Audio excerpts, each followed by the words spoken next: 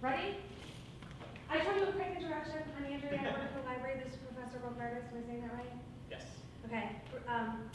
Professor Bogardus is from Winnipeg University. Everything I'm going to talk about tonight, links and instruction videos and stuff, I put on my website, bogardus.com/Windsor. So, don't feel you need to like jot down everything, or if everything's rushing at you, it's not too overwhelming, because everything I'm talking about is going to be there. But just a little bit about me. I've been in Winnipeg for about 8 years now. Before that, I was a working journalist. I teach journalism there. And I was a TV newscast producer, the person who writes the newscast, decides which stories, the order, stuff like that. Over the years, I've worked in Florida, Jacksonville, Houston, Washington, D.C. I've done some freelance work at Channel 3, got Emmy, Everywhere, Murrow, all of that. But the question becomes, what does this have to do with podcasting? The way I got into podcasting was I was trying to develop a radio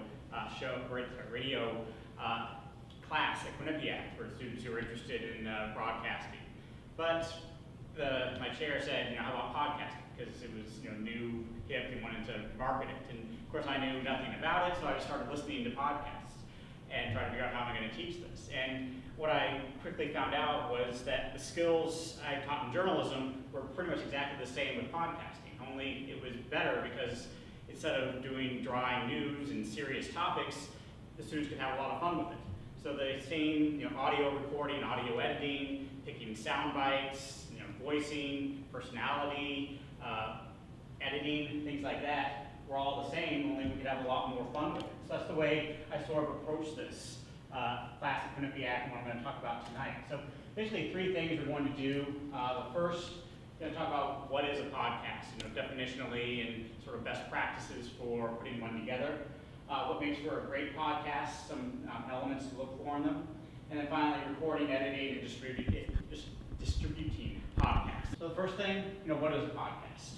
Definitionally, it's an audio file that people can subscribe to and download to a phone, tablet, laptop, or other music player. It's something that someone in their studio or their home creates, edits together, creates a file, then they edit it together, they save it as a MP3 file, they upload it to a hosting site, and then it's pushed directly to cell phones. What's great about podcasting is that you don't have to go and find every episode. Once you subscribe to it, it will automatically be pushed to your phone every time a new episode comes out.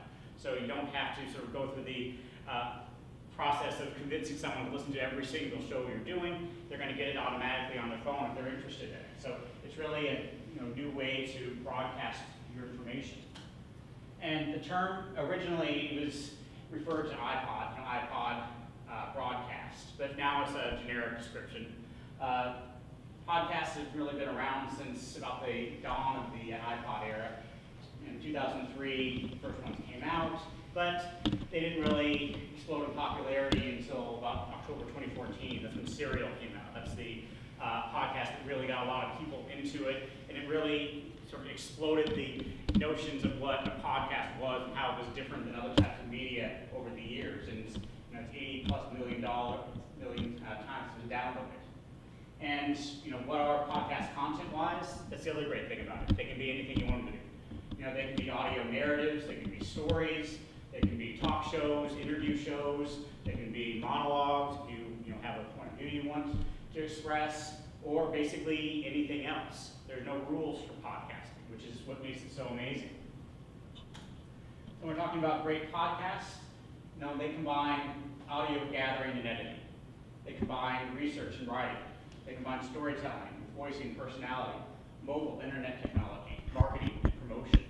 So all of these things come together to make a great show. So the question is, what makes them different from radio? Traditional media. Obviously, podcasting got its start in radio. That's key because this is sort of the entertainment for the Netflix generation, the video on demand, the DVR. People don't want to be locked down to turning on the radio at a certain time to hear the show they want to hear.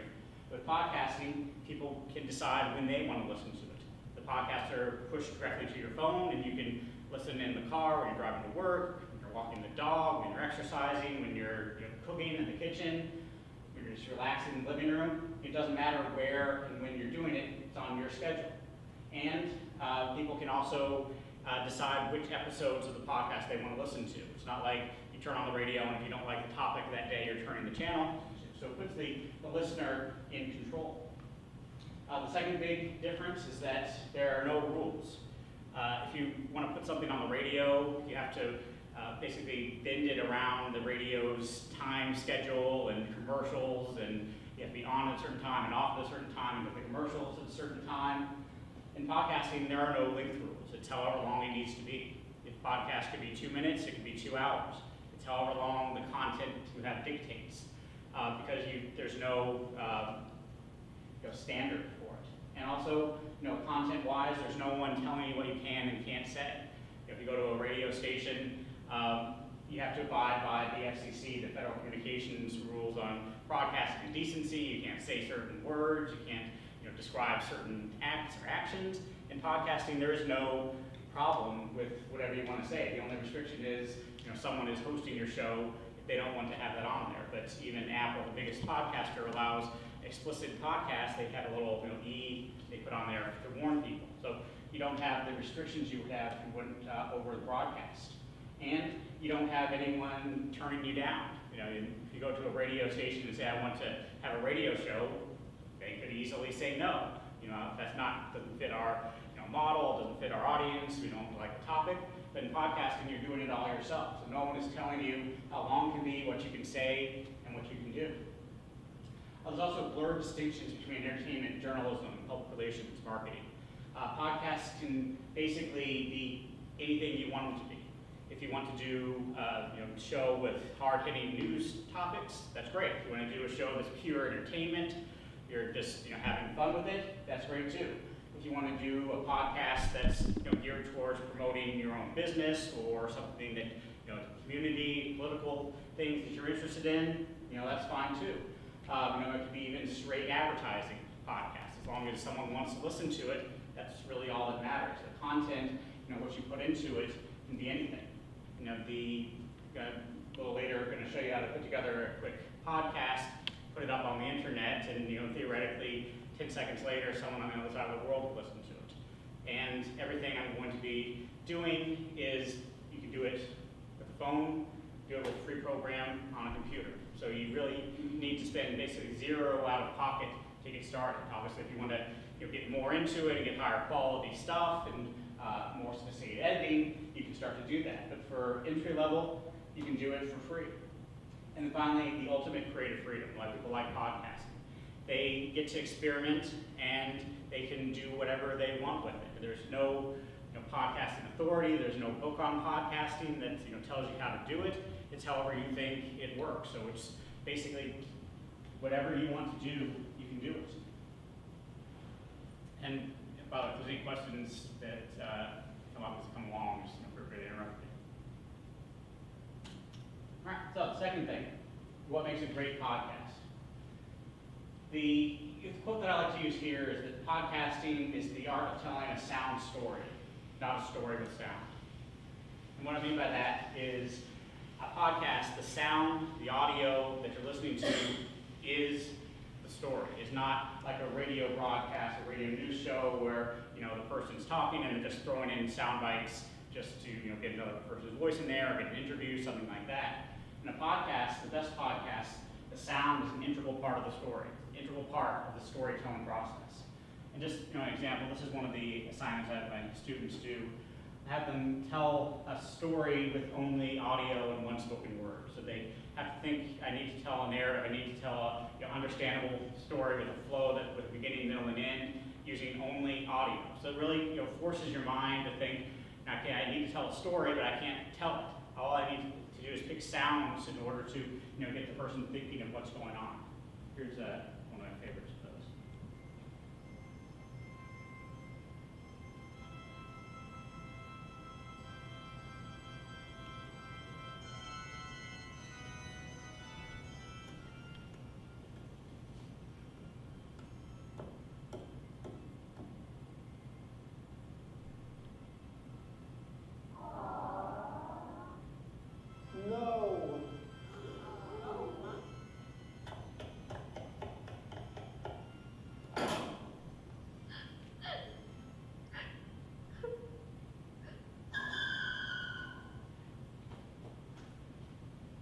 out what that was?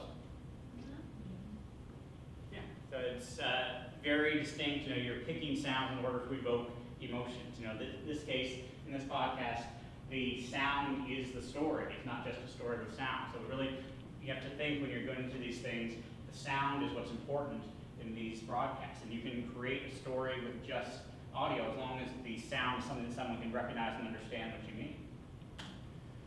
And when we're talking about sound, you know, what is sound? You know, sound itself is a vibration. It's something that travels through the air or through another medium that can be heard and they reach a person's ear. So you know, when I'm talking, vocal cords are going back and forth, creating the air, sending a wave out, and your ear is, you know, evolutionary attuned to pick up that sound, and the brains learn to interpret what I'm saying, and that's how we, you know, hear things.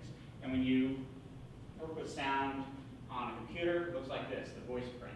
The higher peaks are loud, the lower sections there are quiet. So whenever you speak, whenever you play a sound, it can be represented in this. Each of these peaks and valleys is every single thing that you hear when you record something. And an audio engineer can look at this and see where the spaces are, can see where the sentences start and end, where the words start and end, even where some of the letters start and end. And a really skilled editor you know, takes an interview where the person you know, could say, you know, like or ums, and just cut all those out and make the person sound very eloquent when in fact the original interview was long and complicated. So basically when you're dealing with sound, you're dealing with these vibrations, these ups and downs, and you take out the ones you don't want. Sounds, you know, also important because they inform us of things. The, you know, spoken word, the voice. Now that's how people learn things through sounds. But they also warn us of things. You know, sirens, alarms. I mean, there's a reason that alarms and smoke detectors are very loud and shrill. They're meant to get your attention, and you know when you hear that sound, that's an emergency. You know, the government regulates the sound that fire alarms make because they want people to immediately recognize what it is. Sounds also can elicit memories, thoughts, images of things. Sounds can bring you back to a time and a place. They can basically use your mind in order to evoke images and feelings, emotions, states of mind. And the best podcasts out there basically know this and use it and use music or sound effects to bring you to a time and place. First clip here, 99% Invisible. This is my personal favorite podcast. It's a podcast about design and basically the hidden design, hidden workings of everyday things. And this first one here, Milk Carton Kids. So when you listen to this, think, how is the sound evoking an emotion? This is 99% Invisible. I'm Roman Mars. The story we're about to tell is pretty much the worst thing a parent can imagine. We were awakened by the phone ringing. That's Noreen Gosh. It was early on a Sunday morning in 1982 in Des Moines, Iowa. Noreen's son Johnny had left for his regular paper route. It was the neighbors saying they did not receive their newspapers. This wasn't like Johnny. He'd been a paper boy for years. He'd never missed a delivery. His dad got up and said, "I'll go help him finish the route. He's probably just running late." He went up the street, and that's where he saw Johnny's wagon sitting. Johnny's red wagon was sitting at the corner. It was still full of newspapers. He rushed back and told me Johnny was gone and called the police. Johnny Gosh was 13 when he disappeared. He had blue eyes and dirty blonde hair with a small gap between his front teeth. And his would be the first face of a missing child ever printed on a milk carton. So what do you feel when you hear that? Pretty sad. Sad. You have that sort of creepy music too, sort of suspenseful, you know, it's a low bass. So they're choosing the music in order to make you feel sad, feel creepy, feel suspicious, looking over your shoulder in the beginning, and even very subtly put in This is 99% Invisible. phone ring. I'm Roman Mars. Very subtle in the background. The story we're about to tell is pretty much... It's not drawing attention to itself. It's not like a game show, loud in your face. It's just if you were sitting in a chair, closing your eyes and listening to this, it is bringing you to an emotional time and place. And this is where the audio editing podcast really makes it great, is that you can tell these audio stories and really bring people into the emotions. Another one, 9% visible. This is the history of ice. Picture with me, if you will, India during British colonial rule. Let's say around the year 1865. Picture a government music, office bring you in there. Bombay, as the city was then known. Two British officers are discussing an uprising that has been challenging Britain's sovereignty over the subcontinent. It's May, the hottest month in India. Temperatures have soared to over 100 degrees Fahrenheit. The officers are sweating.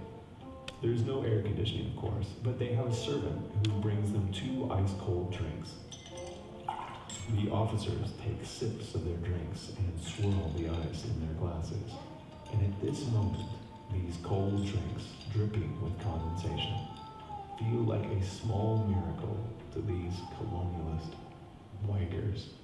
But actually, the ice was a kind of miracle. That's our own little miracle, Sam Greenspan. Because in 1865, no one had refrigerators. It wouldn't be for another half century until they started appearing in the US, let alone India. Think about the ice in those officers' glasses. If you were to zoom out from those glasses, and out, and then zoom in on the United States, on Boston, on a frozen lake in the dead of winter, there, you'd find men working. You see a lot of men and horses and a lot of activity going on, and then you'll see horse-drawn plows, pikes and pusher bars or poles. That's Rick Smith, amateur historian of the American ice trade. So all of these people together were up on the lake harvesting ice. Workers would cut ice out of a frozen pond, haul it to port, put it on a ship, and send it on a 4-month journey to India. Any ice that British officers in colonial India would have had in their drinks would have started out on the top of a pond in Massachusetts. On this one, it starts off with the Indian music, so it takes you there, and then when he talks about the ice in the glasses, you hear the clinking, you hear the water pouring, and then zooms to Massachusetts, and suddenly we're out of India, and we hear wind blowing, we hear the saws going, people cutting the ice. Obviously, they didn't record that back in 1860, whatever. They recreated that. They're saying we want to bring someone to this time and place. We're going to use sound to evoke thoughts, memories, emotions, some things like that. And then, other ways sounds involved. Sometimes the sound that's real isn't the sound that you associate with the thing. That's another podcast I like, 20,000 Hertz. It's done by a guy who runs a sound design company that does sound effects for TV shows and movies and things like that. So he looks into how sound affects our lives. And this what makes the soundtrack. And he talks about the 3 food groups that sound designers have. They have music, they have dialogue, and then they have sound effects. And in this case, when you create an explosion for a TV show, for a movie, it doesn't sound like a real explosion sounds. Instead, it sounds like what you've been conditioned to think an explosion sounds like. Now let's go to a sound designer's favorite food group, sound effects. You might think something like an explosion is recorded by just that, an explosion, right? But this is what a raw explosion sounds like. And then here's what a movie explosion sounds like.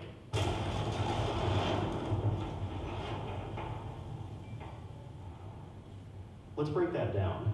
These are a lot of different elements coming together to make that sound powerful. There's the thump, the mid-range, the high frequencies, the debris,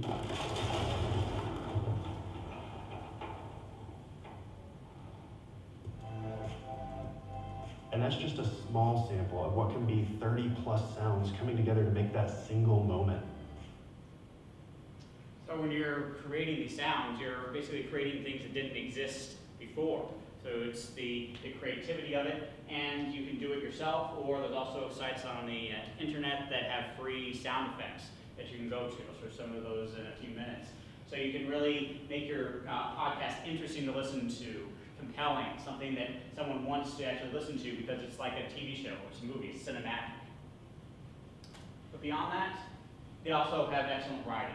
This is the idea that someone is choosing to listen to your podcast. They're making the conscious effort to put it in their ear and listen to what you have to say. So you need to make sure it's interesting, it's compelling. And just because you find it interesting doesn't necessarily mean that someone else will. So you need to write it in such a way that it's really compelling. And so the first thing to look at is descriptions designed to write for the ear. When you're doing any type of audio, podcasting, radio, you don't have the ability to show someone something on the screen. You're watching television, watching a movie, they just have to put the video up and you know what they're talking about. And audio, you have to describe it. So you need to really go deep into descriptions. Tell me what something looks like, smells like. Small details matter, a lot of adjectives, a lot of descriptions. You're basically writing so that I can see it in my mind without actually seeing the thing. And you're also being extremely conversational. When you're doing a podcast, you're not giving a lecture, you're not announcing, you're not being anchor voice. Instead, you're sitting down with someone across the dinner table and just having a conversation. So the words you choose, the phrasing, the tenor of your voice, it has to be like you are talking directly to them. Because if it seems like they're just talking out there, it's a recorded lecture or something, people aren't interested in it. They want to have this intimate experience with the podcast. And it also has to be interesting. So that means you as the host have to have a great, excited personality. You have to sell the fact that whatever you're talking about is the most amazing thing ever, and that you are so enamored with it, and they will be too. Same thing with guests. When you have guests on, they have to really be passionate about what they're talking about. Otherwise, the person's going to think, why bother? If the person who's talking to me about this thing doesn't care about it, why should I? So when you're writing these shows, think right to the ear, a lot of descriptions, a lot of conversational words, and interesting, excited guests. And that gets back to Not Mentioned Invisible. This is fountain drinks. Pilot Projects was hoping to put some prestige back on the drinking fountain, make it cool again. I know what you're thinking. Drinking fountains have never been cool. No one has ever been like, yo, see you at the drinking fountain later. But you're wrong. There was a time when everyone was like, yo, see you at the drinking fountain later. On the 21st of April 1859, the streets of London were thronged with crowds of people who came to witness the opening of the first free, fresh drinking fountain. That's Philip Davies. He wrote a book about historic drinking fountains in London, and he's talking about the day that the public drinking fountain was the coolest thing in town. The scene was recorded in the London Illustrated News, so we actually have a pretty good idea of what it was like. Women turned out in their best finery. The men had their top hats on. Children were clambering over the railings. Everyone was so pumped. They were like, water is the best. People, I think, couldn't believe that they were blessed with something that was so important to them. And if you look at the picture in the London Illustrated News, you can see above the fountain, engraved in the stone wall, the words, "The first drinking fountain." So why do I like that? Because it has this conversational tone and rhythm to it. They're talking directly to you. There's 3 or 4 of them in the room. It's just like you are sitting there and you're having this discussion about something that they find fascinating. And they sound so thrilled to be talking about it. I mean, they're basically talking about the history of the water fountain. That could easily be extremely boring in itself. But they're taking the story and they are making it sound like it is the best thing ever. They are using their tone, their voice. They're having fun with the listener. So the reason I like that podcast, one of the many reasons, besides the audio sound effects, is that they really do a great job with the writing to make you want to listen to something which is on its face kind of boring. Serial, the original podcast many people got into. Sarah Koenig, the host, does a wonderful job here of doing descriptive writing.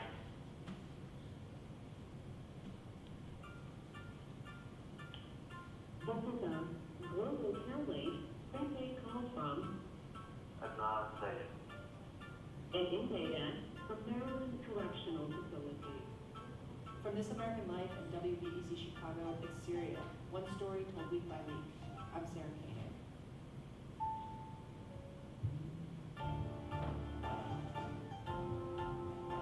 For the last year, I've spent every working day trying to figure out where a high school kid was for an hour after school one day in 1999. Or if you want to get technical about it, apparently I do, where a high school kid was for 21 minutes after school one day in 1999. This search sometimes feels undignified on my part. I've had to ask about teenagers' sex lives, where, how often, with whom, about notes they passed in class, about their drug habits, their relationships with their parents. And I'm not a detective or a private investigator. I'm not even a crime reporter. But yes, every day this year, I've tried to figure out the alibi of a 17-year-old boy.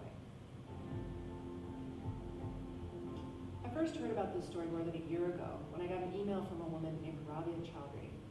Rabia knows Adnan pretty well. Her younger brother Saad is Adnan's best friend. And they believe he's innocent. Rabia was writing to me because way back when, I used to be a reporter for the Baltimore Sun, and she'd come across some stories I'd written about a well-known defense attorney in Baltimore who'd been disbarred for mishandling client money. That attorney was the same person who defended Adnan, her last major trial, in fact. Rabia told me she thought the attorney botched the case. Not just botched it, actually, but threw the case on purpose so she could get more money for the appeal. The lawyer had died a few years later. She'd been sick. Rabia asked if I would please just take a look at Adnan's case. I don't get emails like this every day, so I thought, sure, why not? I read a few newspaper clips about the case and took a few trial records. And on paper, the case was like a Shakespearean mashup. Young lovers from different worlds, thwarting their families, secret assignations, jealousy, suspicion, and honor besmirched. The villain, not a Moor exactly, but a Muslim all the same. And a final act of murderous revenge. And the main stage, a regular old high school across the street from the 7-Eleven. Hi, are you Rabia? Hi. Am I saying your name correctly? Rabia. Okay. I went to go see Rabia. She was surrounded by paper. Files, loose stacks, binders, some crappy looking boxes. All court documents and attorney's files from Adnan's case. Some of the papers were warped and discolored. Why do they look wet? They look wet. These have been damaged because these... She explained that it was because the boxes had been in her car on and off for 15 years. Rabia is a lawyer herself. She mostly does immigration stuff. Her office takes up the corner of a much larger open space that I think is a Pakistani travel agency, but it's hard to tell. It's in this little strip mall. Across the parking lot, there's a new Pakistani restaurant, an African evangelical church, an Indian clothing shop, convenience store. On the sidewalk outside, I found a teeny weeny bag of marijuana. Baltimore County is like this, at least on the west side. It's where a lot of middle class and working class people go, many immigrants included, to get their kids out of the badass city. The badass city is close by. Rob?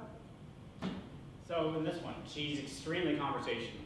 But the thing is, everything is written out. The Serial podcast, all these great storytelling podcasts, every single word is written and edited and over and over and over again. So even the little asides she has, that wasn't just off the top of her head, that was all written down, and she practiced and practiced and practiced to make it sound like she's talking to you, having a cup of coffee, telling you this great, interesting story.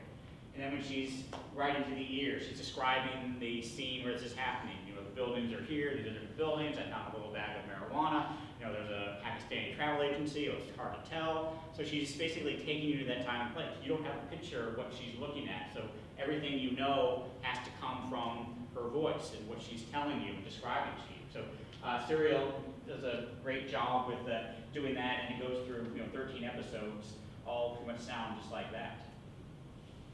Another podcast that I like, The Mystery Show. This one is sort of the polar opposite of Serial, in that if Serial is a serious case, it's about a murderer, teenager murdered his girlfriend, did he really do it, and stuff like that. Mystery Show looks at mysteries that, according to the host, you can't solve by going on Google. So stuff like a guy rented a video from a video store one day, went back the next day to return it, and the store was closed, and there's no sign of where it went, so where did the store go? Another one is Britney Spears was photographed holding a book by a paparazzi, and the author of that book wanted to know where she got it from. Just little inane things. But the way the host, Starlee Kine, makes it interesting is her personality. And she has a character that she is talking with about his mystery here, and they both do it in a very conversational way. From Gimlet, I'm Starley Kine, and this is Mystery Show. Why is there time? Every week I solve a new mystery. Why is there space? Mysteries that can't be solved online. Mysteries you can't solve yourself. Why are there dogs and cats and trees in the human race? Up until now, there hasn't been anyone to help with this. That person is now me. Those mysteries. Tomorrow I'll find out all I should know. Those mysteries. I don't even know those mysteries. They're hanging round and round and round and round.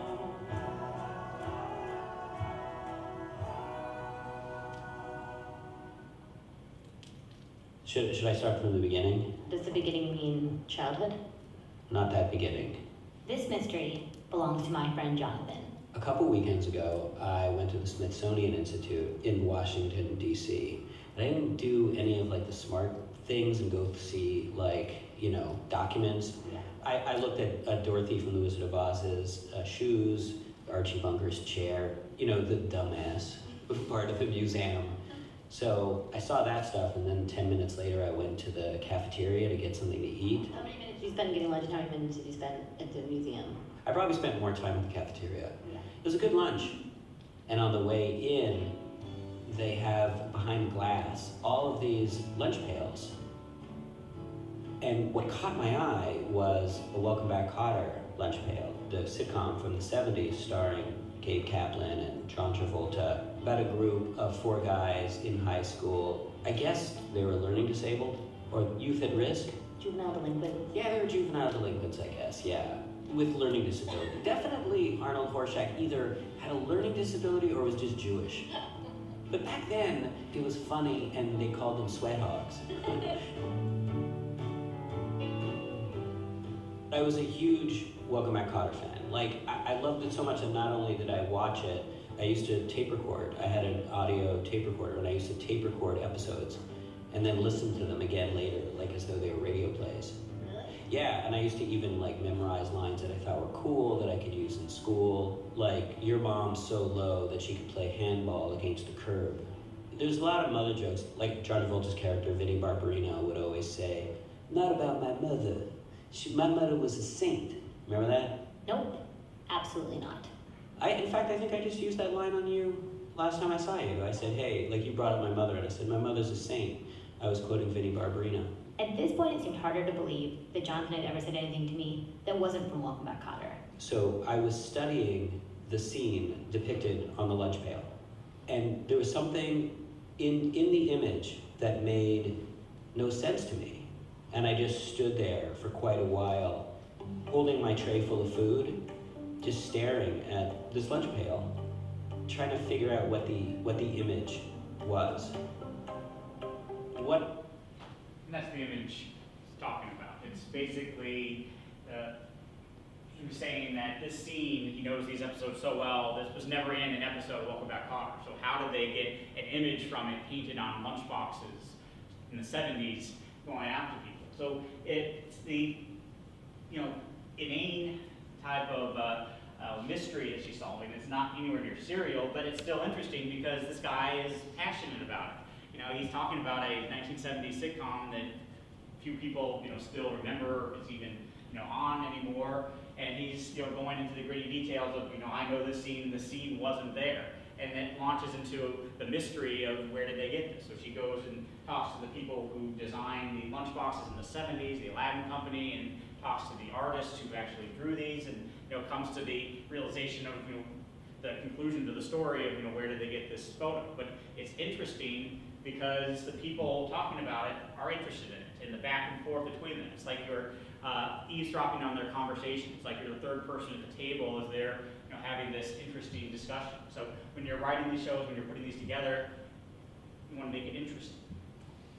Another one I like, Science Versus. This is one hosted by Wendy Zuckerman. She looks at the sort of fact versus fiction of different things, and it's sort of a more research-based scientific show. And she actually talks to doctors, talks to scientists, talks to experts about, like this episode here, artificial sweeteners.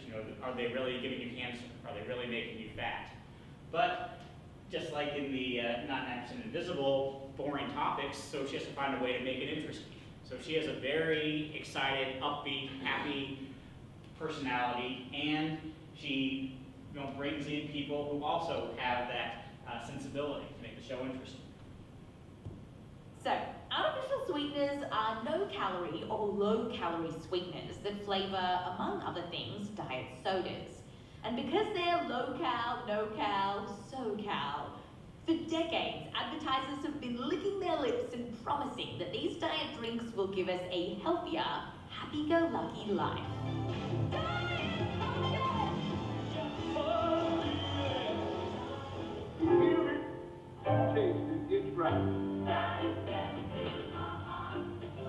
You just heard Whitney Houston, Elton John, and Ray Charles sing the praises of diet sodas. Literally. And artificial sweeteners aren't just in drinks. They're in chewing gum, frozen dinners, vitamins, toothpaste, mouthwash, red, granola bars, yogurt, ice cream, and medications.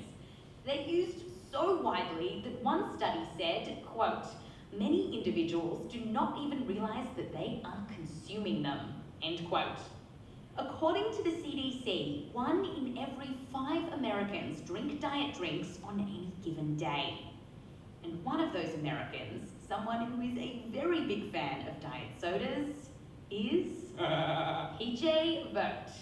He's a colleague of mine and one of the hosts of Gimlet Media's podcast, Reply All. What did you just pull out of your pocket?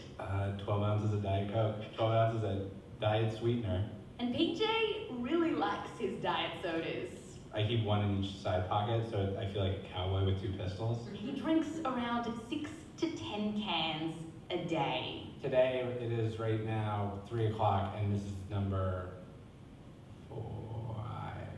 5. Okay. 6. 6. I just remember that, 6. How long have you been doing that for? Probably like 15 years. Yeah. I've been drinking an unusual and remarkable, in the sense that people remark on it, amount of diet soda since at least college. And why does he go for diet sodas rather than the regular stuff? It's pretty simple. The thing that is great about artificial sweetener, the real deep appeal of it, is it seems like a great bargain. It's like, okay, it doesn't quite taste like sugar, but it tastes a lot like sugar, and it has no downside. Yeah, that's the promise of artificial sweetness, that you get something for nothing. All the sweetness with none of the guilts or the pounds. But not everyone is a fan of these drinks. So again, she's excited about it, you're excited about it, and she's found a guy who's talking to it who has a crazy story that he's excited about. So it just all comes together and makes you want to listen to it. And even when she talks to experts, she makes it interesting. And this takes us to our first question for today. Will eating and drinking artificial sweeteners give you cancer? To answer this question, we spoke to John Glendinning. He's a professor of biology who studies sweeteners at Barnard College in New York City. And he says that this fear of cancer, it was all around when he was growing up. When I was a kid and you looked at a diet drink, they always use saccharin. And there's always a little disclaimer there that says, has been found to cause cancer in rats. John says that these warnings had to be put on labels following research in the 1970s, which found that rats given saccharin had higher rates of bladder cancer than rats who didn't eat the stuff. But it turns out that saccharin causes bladder cancer in male rats of one particular strain. Females didn't get it. If you looked at a different strain of rat, they didn't get it.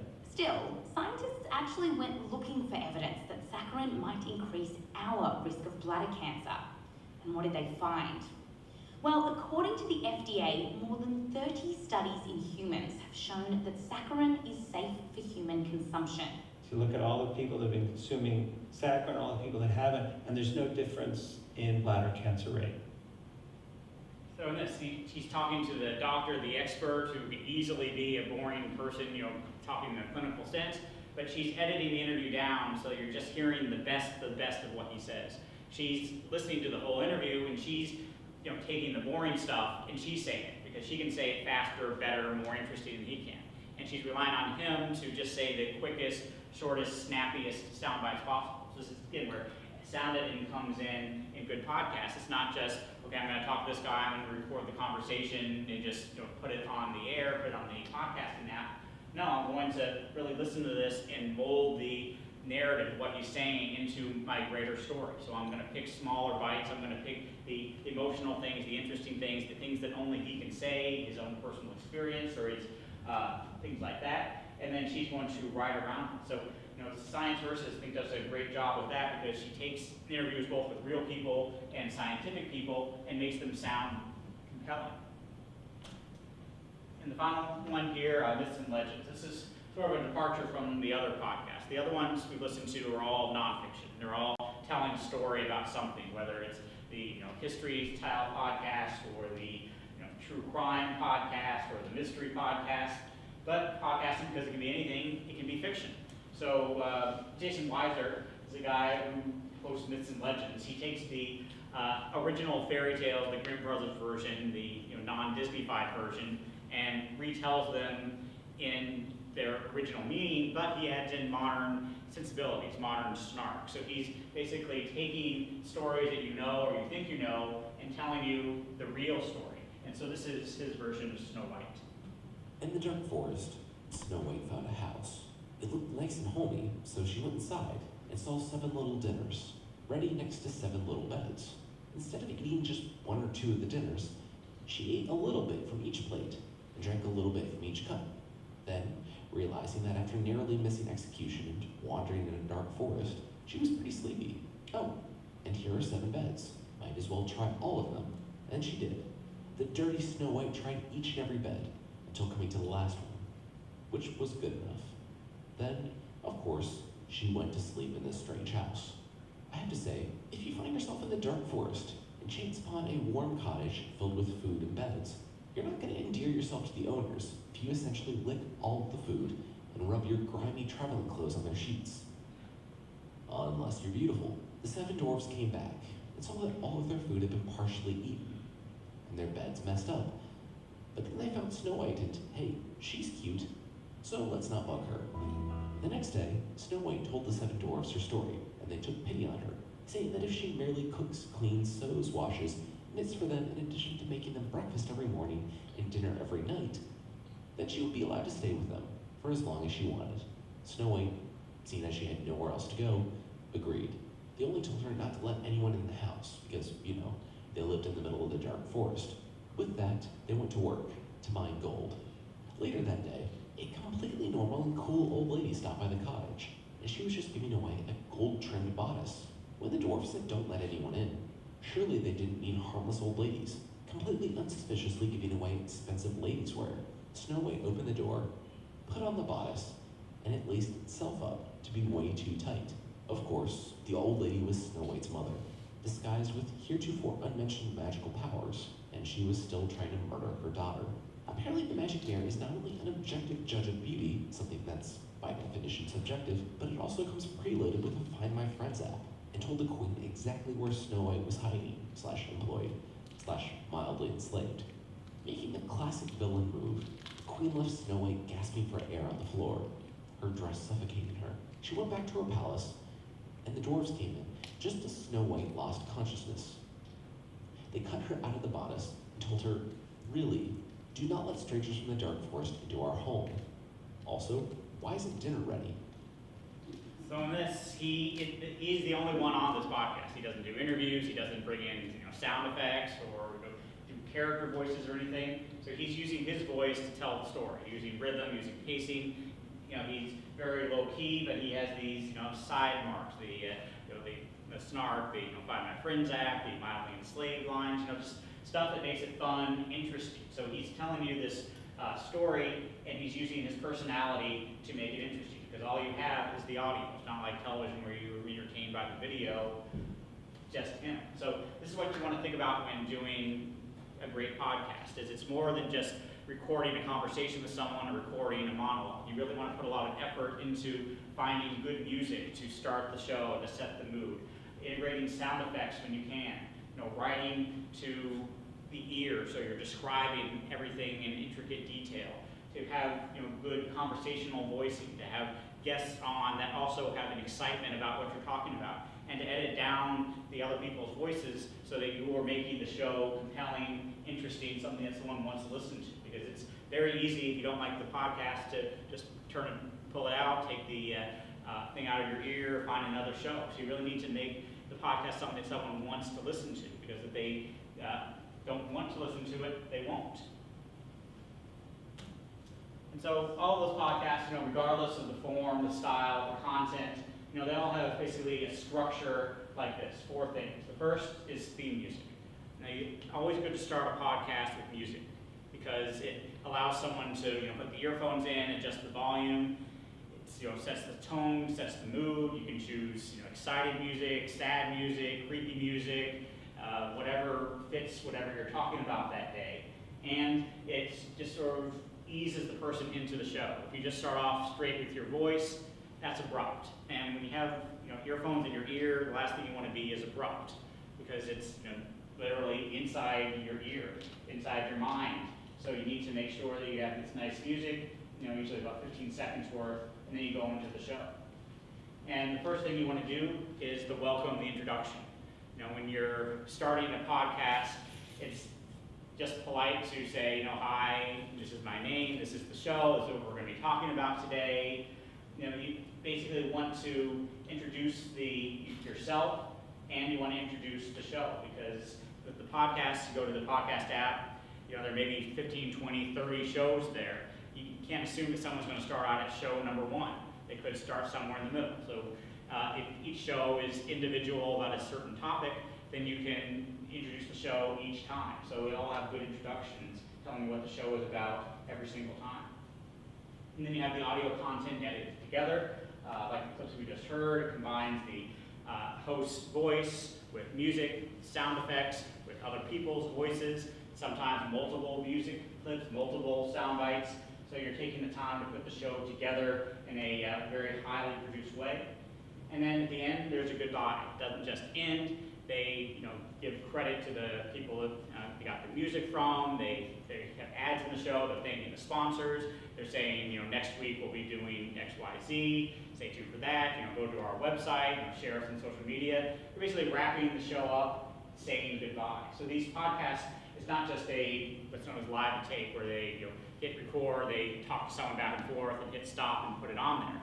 The best podcasts out there take the time to actually create a show with good music, a good introduction, the show itself, and then a nice goodbye, and then put that up to make it a more complete experience. So that leads into number 3, the how do you do this? The recording, editing, and distributing the podcast. Basically 3 steps to it, 3 keys I like to call it. The first one, preparation. Always best to write out a script. The podcast we listen to, all highly scripted. If it's just you off the ad-libbing off the top of your mind, it's not as interesting, not as compelling. When people are listening to podcasts, it's different than radio. It's not like a live radio show they're listening to. It's a recorded story about something. So you want to make sure that you are reading something that you've worked on, that you've scripted out beforehand. The second, record your voice and gather your audio files, basically everything that's going to go into piecing those little elements together throughout the show. I'm going to get those all together in one place. So once you have all the raw materials ready, that's when you move to step 2, production. This is where you load your clips into an audio editing program and edit them together. And just like with, as I said earlier, podcasting can be free. There are free audio editing programs out there which work great if you want to do just a basic show. And there are also ones that you can buy a subscription to, that do a lot more stuff, a lot more fancy stuff. but they cost money. So if you just want to get into it and ease into it, the free ones work just fine. If you get more into it, then you can explore some of the more expensive options, but you can do it for free. And then finally, number 3, the push it out. This is the concept of, yeah, great, you got this nice podcast that you recorded and you saved it as an audio file. How do you get that onto people's phones? How do you get people to listen to it? So, 2 options, the MP3 or the WAV file. The difference is the WAV file is a lot bigger, it's uncompressed, it has a lot more detail in it. The MP3 is your standard, it's compressed, a little lesser sound quality. But for a podcast, generally, an MP3 is fine, but most programs, you can export it as one of those. Then you upload it to a sharing site. There's dozens of them out there that host your podcasts, some of them for free, some of them charge, most of them charge.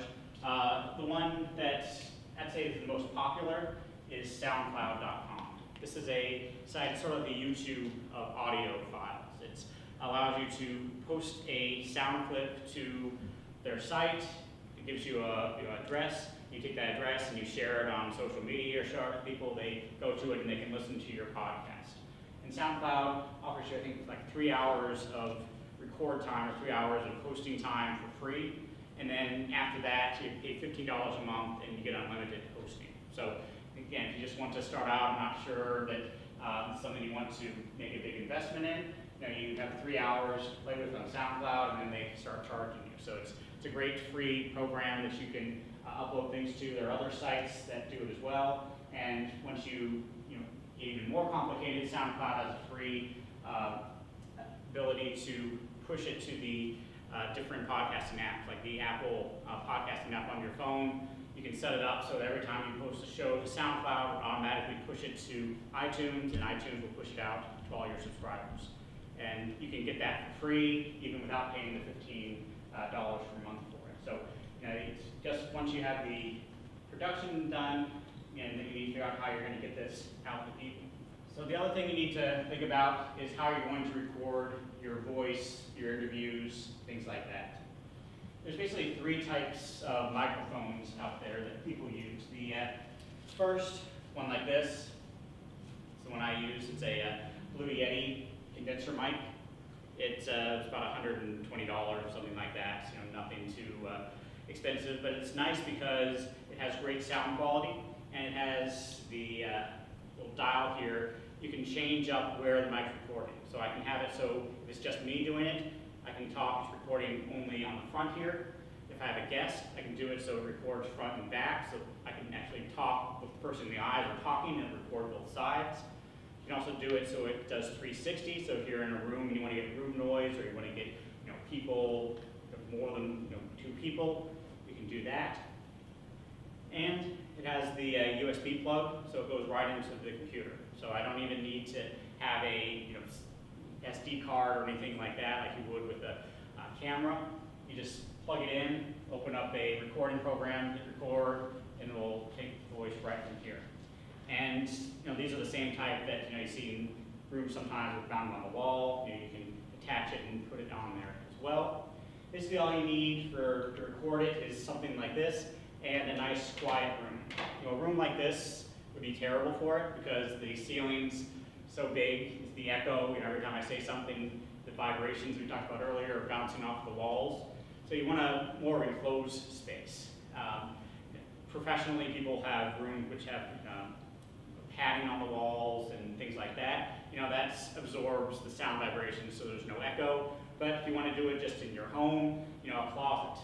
It sounds weird. A lot of people, when they start podcasting, record in their closets because it's a small space, less echoes, and you have clothes all around you, and the clothes act as that shock absorber to absorb your voice. So when you're doing it, you can basically do that microphone, and you get sound quality like this. This is recording done on a Blue Yeti stereo condenser microphone with no audio processing. So I just recorded that. I didn't clean it up. I didn't do anything with it. I just stuck it in, hit record, and that's what that mic sounds like in a nice quiet room in my office that I put at the end. So again, it's clear, it's understandable, there's no background noise, no static.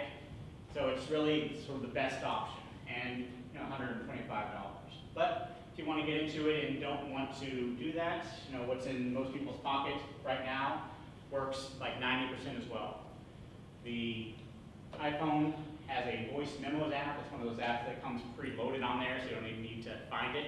You just need to find it on the phone, but you don't need to download it. Android phones have a very similar thing. I forget what they call it. There's probably different ones, but there's always a recording function here. And when you do it on the phone, you just pull the phone. The microphone is on the bottom here.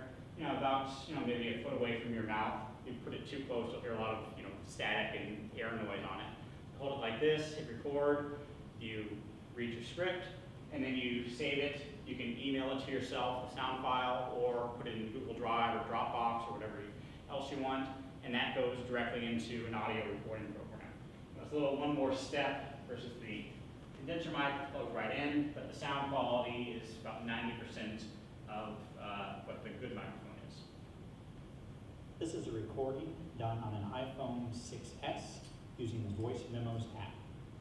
You can see that's almost there. It doesn't have the same cleanness as the condenser mic, but if you just want to do it with your phone, that's the way I suggest. Most of my students do it on their phone, honestly. What you want to avoid, however, is this type, this 3.5 millimeter plug-in thing. The same style that you plug into for earphones. This is bad because it doesn't have external power. The reason the condenser mic sounds so great is that it gets a little power from the USB, so it's clean audio. Same with the phone. Your phone obviously has the battery when it's recording. It's actively cleaning that up. But something like this doesn't have any at all until you get a lot of static. This is a microphone on a headset with a 3.5 millimeter plug-in jack. So it just sounds a little harsher, not as say elegant, not as nice. And if someone wants to put you in their ear, they're going to eventually not like it because it just sounds harsh. So you want to have good sound quality. So this $120 some, this I already usually have one, but try to avoid that. So the next thing, sound effects, music. The trick here is that copyright. You don't want to steal other people's stuff. So you can't just pick a song that you like from your favorite artist on iTunes or something and put it in your podcast. That will get you cracked down pretty quickly because the person who created that song wants to be paid for it, and you can't just steal it from them. So what you have to do is find what's known as royalty-free music or rights-free music. That's where the person has voluntarily said, yeah, I own the copyright to it, but you can do whatever you want with it. I voluntarily give up that copyright. And this biggest site that I found, one that I like, is called bensound.com. It's a British guy who decided that he just enjoys creating music and he wants to see how people use it. So he puts up pretty much like 1,000 music clips, and you can basically find anything that you want, and all that he requests is that you give him credit in your podcast. So in your conclusion, in your outro, you say your music provided by Ben Sound. And if you want to use it for commercial purposes, like a TV commercial or something, then he wants a small amount of money. But for just your amateur podcasts out there, he has all of these clips here, and you can choose one that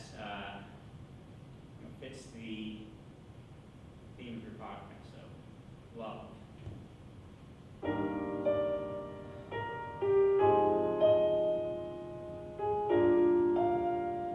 It's a little slow. That's the topic. Jazzy French. A little more upbeat if you want to get something like that. Cinematic.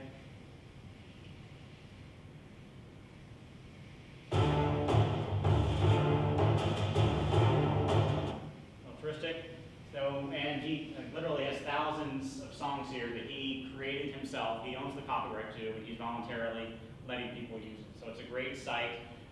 You can choose different theme music every time in your podcast if you want to basically make it match what you're talking about, or you can do one theme music over time. So the other thing is the sound effects. Same idea.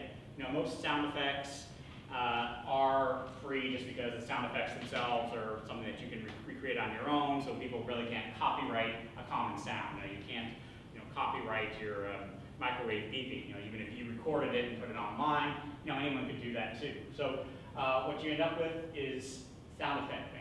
The first one here, this one just actually went online about a month ago. The BBC, the British Broadcasting Corporation, put up their entire library of hundreds of thousands of sounds collected over 50 years and made it available to the public for podcasters and anyone else. And that's great. You just search for what you're looking for.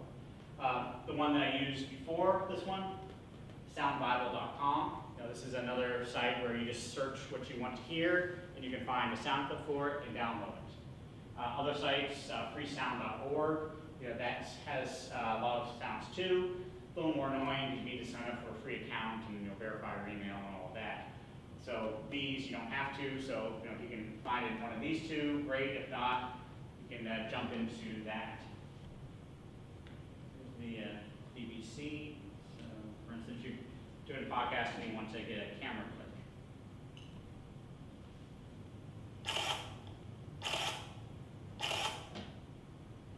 You want that, you hit download. Save file.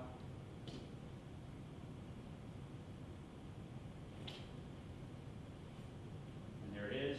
Drag it right into an editing program. And you can search for whatever you want.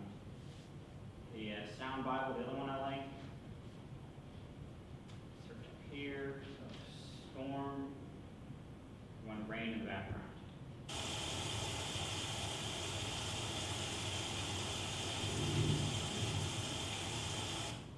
Or loud thunder.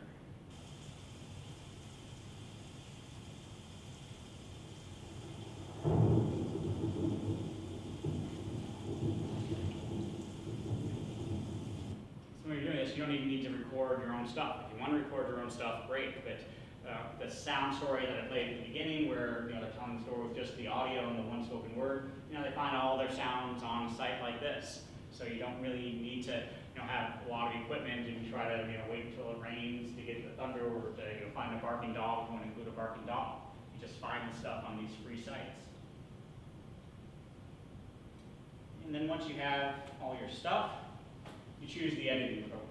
And there's basically 3 of them that I use. There's plenty of them online, but the first one is Audacity. This is a free program. A lot of people use it because it's free. It's open source. It's for PC and Mac. And there's plenty of online YouTube tutorials. You can type into Google what you want to do in Audacity, and they'll tell you how to do it. So great in that sense, but bad side because no one owns it. No one really updates it. So it looks old, looks clunky, not very user-friendly, and it has format issues with MP3s, the most common type of audio file that you're downloading. It's a copyright thing, so they make you download a separate program in order to do it. It's just kind of annoying.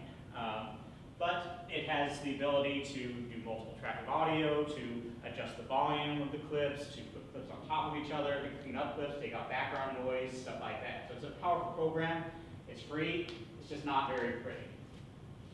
On the other side, Adobe Audition. This is in the Adobe Creative Suite, along with Photoshop and InDesign and all that sort of stuff. So if you have knowledge of those programs, if you have access to those programs, it's a great program. It's the one I personally use. We have a school-wide license for it, so it works out for me. But if you want to have it, it's a monthly fee. I think it's like about $20 a month. Used to be you could buy the program, but then they decided they could make more money by charging you a fee every month for it. So that's the way they do it now. But it's very sleek, very intuitive. Plenty of online tutorials as well. It's very widely used in the industry, and it also has the Adobe Creative Suite integration. So if you know sort of look and feel of Photoshop or Premiere or InDesign or those other programs, it's a much less of a learning curve. But if you don't want to do those, some of the others people use, GarageBand It comes free on Apple devices, iPads, iPhones, stuff like that. People use it. It's designed basically for musicians. So it's like you have a guitar track or a drum track or something to do actual music. But people do it in podcasting because it's the same thing. Your audio track, your sound effects, your music are different tracks. Twisted Wave is another one that people use. It's an online one, but I think they charge a subscription now. Apple has Pro Tools. That's also, it's sort of the next step up from GarageBand. You have to buy the program from Apple. But the one that I suggest when people get started in podcasting is called the Beautiful Audio Editor. This is basically a browser-based editing system, totally free and very simple to use. It doesn't have all the bells and whistles of the other programs, but if you're just getting started, that's probably a good thing. So you can take your audio, upload it into the program, edit it together, export it as an MP3 file, and you're good to go. So I'll show you how to use that in just a second. But then, the next step, when you have your file, you upload it to a sharing site like SoundCloud, and you're good to go. So don't you need an RSS file to make your podcast so people can subscribe? That's what SoundCloud does. SoundCloud will do that automatically? You have to set it up to do that, but once you set it up, it will do it automatically. But that's what you use for that? Yep, I'll show you that in a second. Once we get this in. So the Beautiful Audio Editor, hit demo for some reason. There. So this is what it looks like when you first do it. So, very simple. There's just 4 or 5 buttons you have to worry about versus the other programs like Audacity, which looks kind of ugly, or Adobe Audition, which is a little sleeker looking, but also has a lot of buttons, a lot of commands. This easy enough, so you import your audio. So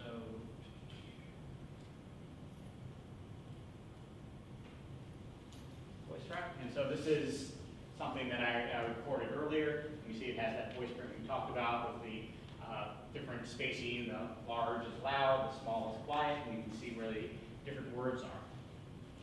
So you hit play. You can also... Hello and welcome. We'll begin this podcast as the theme music fades down and out. Audio editing is fun for many reasons. One is that you can insert sound effects like this dog barking into your show. You can even talk over the dog if you'd like. You can also insert interviews with other people, like this clip of a serial Sarah Kernan talking about why she didn't think Serial would be such a hit. That's all for today. As I say goodbye, the music will slowly fade up. So that's your recording. Now you need to add in all of your other stuff, your music, your sound effects, your interview clips, stuff like that. But the first thing you want to do is clean up a little bit. You notice in the beginning there was a false start. You can also... Hello and welcome. So that's right here is really where I want to begin. So I want to get rid of that other part. So in Beautiful, you just move the cursor to right before you want to begin. It's always good to have a second or two there. Then you hit this button here with the 2 rectangles with the line between that splits it.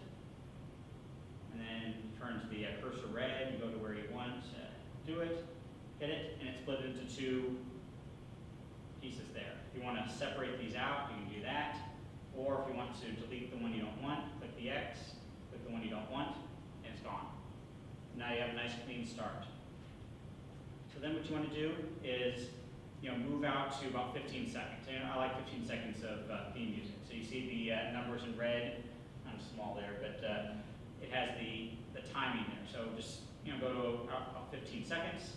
And so now there's going to be 15 seconds of silence, and then the audio is going to come in. So to fill that silence, we do theme music.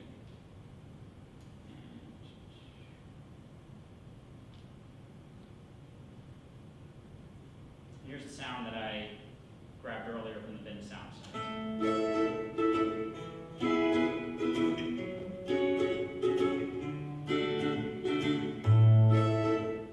You see it's kind of loud. If you want to lower the volume, this little slider here.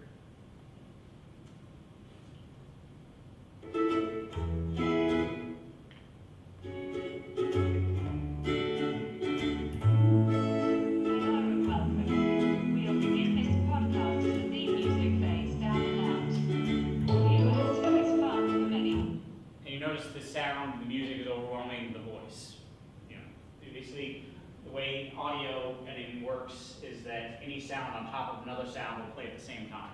So this one is going to be at the same volume as this. You're not going to be able to hear anything. So this is where the editing comes in. So when you go to where you want the music to start to fade down, you know, the fade is where it slowly descends. You go to this bar here underneath the clip. This is the volume bar. You click it once, it creates a little dot. And then you pick another point, do another dot, and then grab the mouse in between, and the line moves. And this is how you manipulate the volume of the sound. So it's going to go to this point, and when it's here, the volume is going to slowly go down, and then here it's going to go slowly back up. And the pitch of that line indicates how quickly or slowly. So now something like this is going to fade down very slowly. This is going to be very quickly. So that, and then you can grab the other one here and bring it down. If I bring it all the way down to the bottom, the music's going to be loud here, go down to nothingness, and you won't hear it anymore. Some podcasts, sometimes you want to have audio, you know, a little low underneath your track. You can do that too. Just raise it up a little bit. And then you just have to sort of play with it until it's, you know, sounds good, so it's not too loud. But, you know, in this, we'll just go down to nothingness once the voice comes in. See what it sounds like. Hello and welcome. We'll begin this podcast as the theme music fades down and out. Audio editing is fun for many reasons. One. And that was still a bit too slow. So you're just going to play with the pitch of the line. Just go down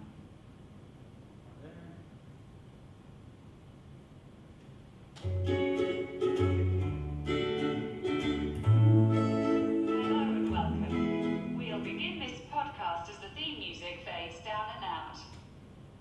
And again, if you want to fine tune it, I said out there, so that's where I want it to go out.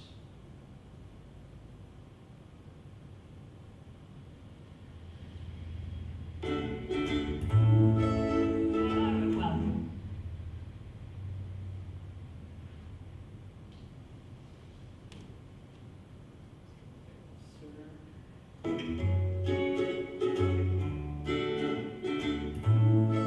Hello and welcome. We'll begin this podcast as the theme music fades down and out. Sometimes just play with it, so that's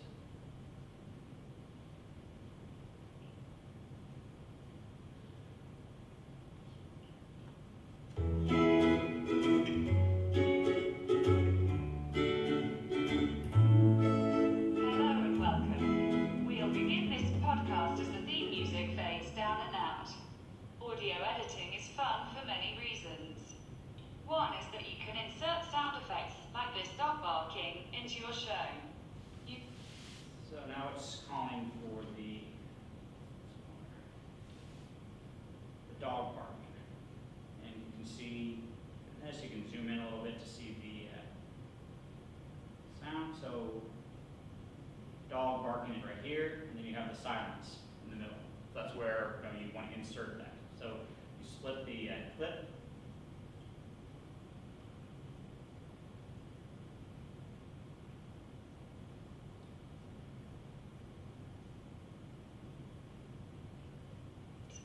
One is that you can insert sound effects like this dog barking into your show.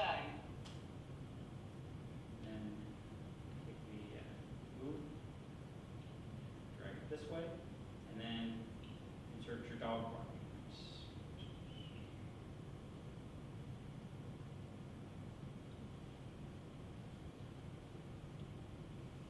And the other thing you have to think about as you get more sounds in here is that, where you're going to edit these down. So what you can do is these three buttons here, mute, solo, and delete. Delete, obviously, we'll get rid of it. Solo will mute everything but the one you're working on. So it's just an easy way to edit. This is dog barking several times. You want to make it shorter. You click the solo button. Everything else is muted, so you can actually listen to it. If you want to, do it, so you just hear the audio track and not music. You can mute individual ones, however you want to do it. But for this, let's go solo on this one.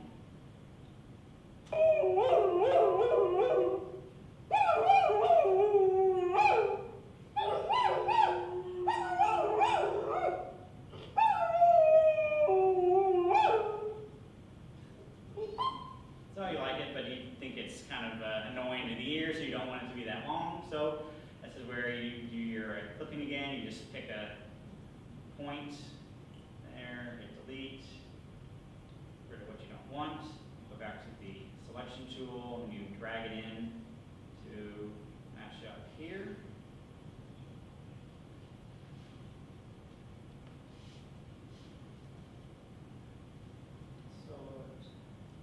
Barking into your show.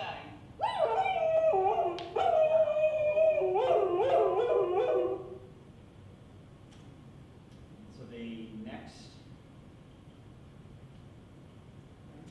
You can even talk over the dog if you'd like. So now saying talk over the dog. So that means we want to overlap them slightly. But again, you want to hear the person and not the dog the entire time. So if you're there, just put it low enough that it's there, but not obnoxiously there. You can even talk over the dog if you'd like. You can also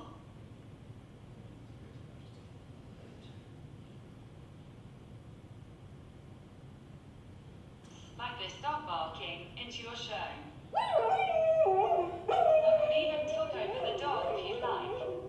You can also insert interviews with other people, like this clip of a serial Sarah Koenig talking about why she didn't think Serial would be such a hit. That's all for today. So when you find the spot you click Hit. somewhere in here, your split tool.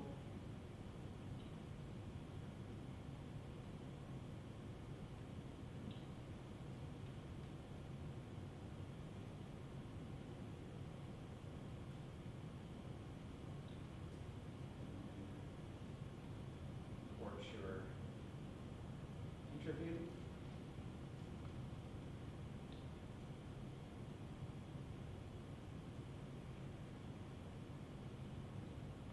So, what was it she used to say? With like, we did not expect Serial to get very much attention at all. We made it mostly from my basement with like pillows and blankets thrown around to muffle the sound, and we would have to like stop recording when my kids flushed the toilet and stuff. So we really weren't expecting it. And plus it's a 10-hour audio documentary about an old murder that I did not solve. So that's the clip, but say you want to edit it down a little bit, sort of like the Science versus Show, which is just taking the best of the best.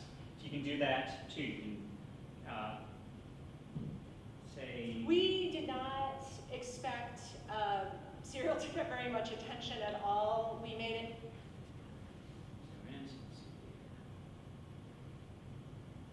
At all... we made... Right about here, and she... So you can split it. Here. We made it mostly from my basement with like pillows and blankets thrown around to muffle the sound, and we would have to like stop recording when my kids flushed the toilet and stuff. So you want to take out there.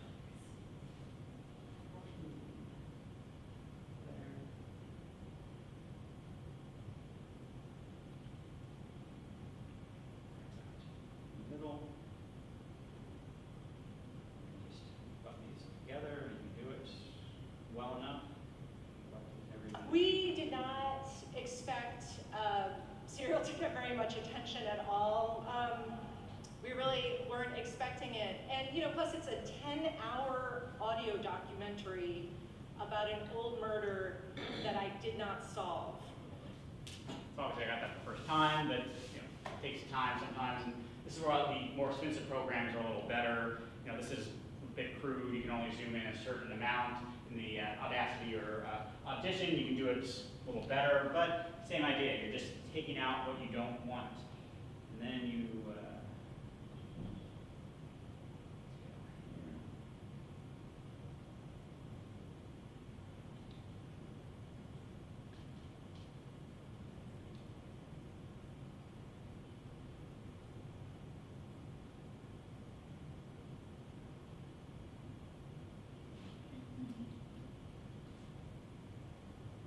Serial would be such a hit.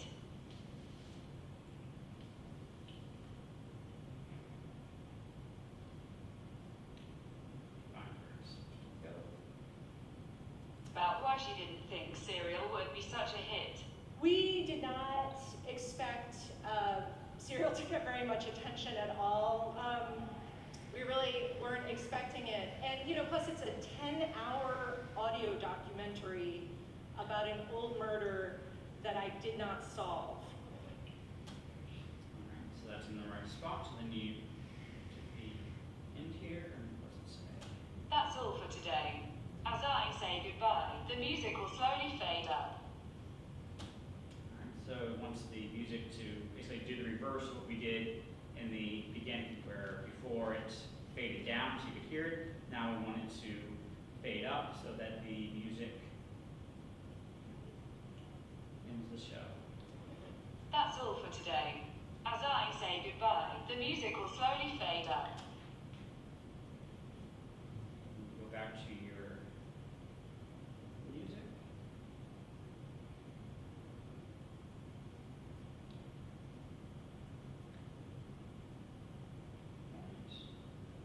A slow fade. Just you can play around with the slope. That's all for today. As I say goodbye, the music will slowly fade up.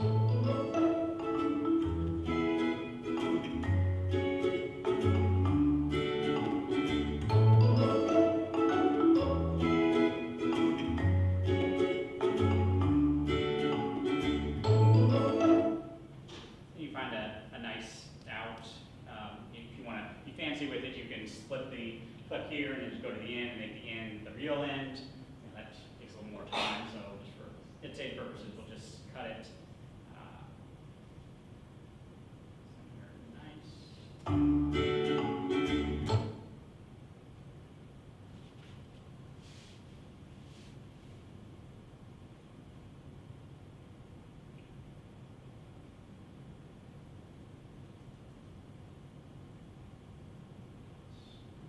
Go back to the beginning, listen to it, make sure it sounds like you want it to sound.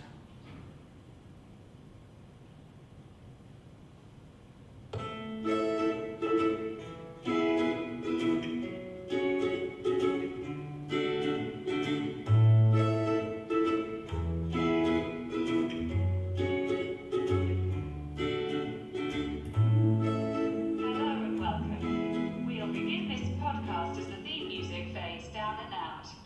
Audio editing is fun for many reasons. One is that you can insert sound effects like this dog barking into your show. You can even talk over the dog if you like. You can also insert interviews with other people, like this clip of a serial Sarah Koenig talking about why she didn't think Serial would be such a hit. We did not expect Serial to get very much attention at all.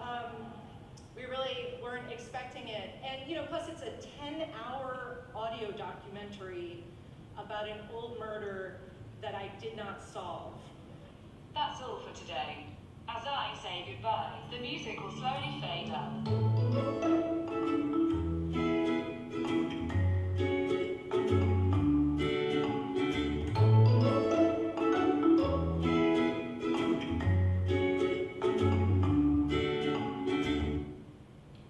There you go. And what I just did here, on the website, there's a link to, I just screen grab just doing this, so you can watch again if you want. I also have the links to these sound clips if you want to try it yourself. I also did the same thing with Audacity and Auditions if you want to try those as well. Same general idea. So when you're done with it, then you pick one of these three buttons here. This is saves as a WAV file, a large file, MP3 file, or saves it to a new track. So we'll just do MP3 here. So it's going to take a second to process it. And so that's done. You can upload it to SoundCloud.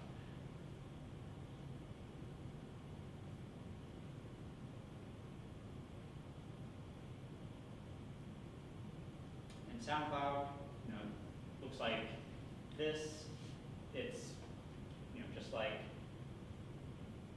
YouTube in the sense that you can put up different audio clips, stuff that students have done over the years.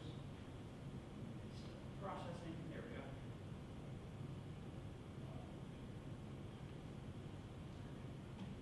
You can see the size here. It's 1.3 megabytes, so it's nothing big, massive. The massive files when you do video editing.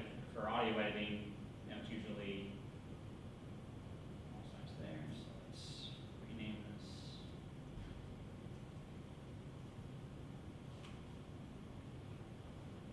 And go into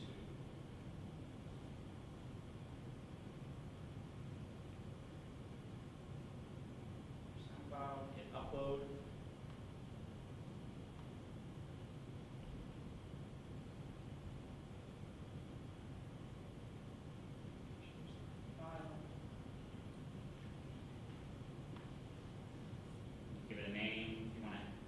Image, having a little icon for your podcast, you can do that here as well. Not necessary though if you want to describe the track. That you can, just like YouTube, make it public when you can find it, or private so that only people who have the address can hear it. And when you're done, click save, and here's your link. You give that to someone. You can load it up. And there it is. So someone physically right now in Australia, Sub-Saharan Africa, Europe can listen to this thing that we just made within the past 5 minutes on the air. So that's why podcasting is so great. It's so democratizing. Because anyone can basically talk to anyone else in the world for absolutely free using technology they already have and do it instantaneously. So, once you have it on SoundCloud, if you want to just, embed SoundCloud, if you have a website, you can put it there. If you just want to put it out on social media and want to share it, Facebook, that sort of thing, that's fine. But if you want to start using some of the podcast apps like the Apple Store, you need what's known as the RSS feed. The RSS feed is a overly complicated internet thing, but it's basically the RSS is what allows you to push out content to people's phones. You create an RSS address, and then someone goes into an RSS player. They have real players for RSS, or the Apple app uses RSS to pull it from there. And what RSS does is, as soon as you post it to SoundCloud, it will automatically push it to whatever person is using your RSS feed. So it's a way to get stuff out to people who are subscribing to your site. So to do that, in SoundCloud, go to Settings, Content, and I've already got mine set up, but once you choose your category, it has the little require star and language, and then choose include an RSS feed. Clicking this button is the thing that people get to do. This is what actually turns it on. And then you hit Save Changes, and it gives you your own RSS feed there. And so then any site that you go to that says, what's your RSS feed, you give them that, and you're good to go. Apple has a few more requirements. They want the title of your podcast to not be on their podcasting app. They don't want your duplicate titles. You need to find something that's not right there. You need the cover art, the little tile thing. It has to be in a certain size and ratio and stuff like that. So it's a little beyond the scope of what we're doing now. But just Googling getting on Apple iPod Store will tell you step by step how to do it But it all starts with this RSS feed. Make sure that this endeavor, if you start off on it, is something that is going to be successful. Things to consider, things to ask yourself when planning a podcast. Number one, is it an interesting and sustainable topic and subject? Podcasting is great because you can broadcast to a very narrow audience. The 100 people in the country who are also interested in what you're interested in, if they can find it, that's great. But if you want a larger audience, pick something that you can get a lot of interest in and that you can do week after week after week. The podcasts are great because they are in a series. They have different episodes to them. You can have just a one-off podcast about something, that's great, but the point of podcasting is that you want someone to subscribe and listen and build an audience. So you have to think, is it something interesting, and is there enough subtopics I can do? Like, for instance, a student of mine, his parents own a bridal store, so he's helping them start a wedding podcast. It's more than just dresses. They'll talk to florists, they'll talk to caterers. There's enough sub-subjects under the larger umbrella that they can put that together. Another former student works for the Playbill company. He does the things at Broadway shows. He's starting the Playbill podcast, where they're talking to a different artist each week, profiling a different show each week. So it's something that the topic is of general interest, and it's something that we sustain week after week.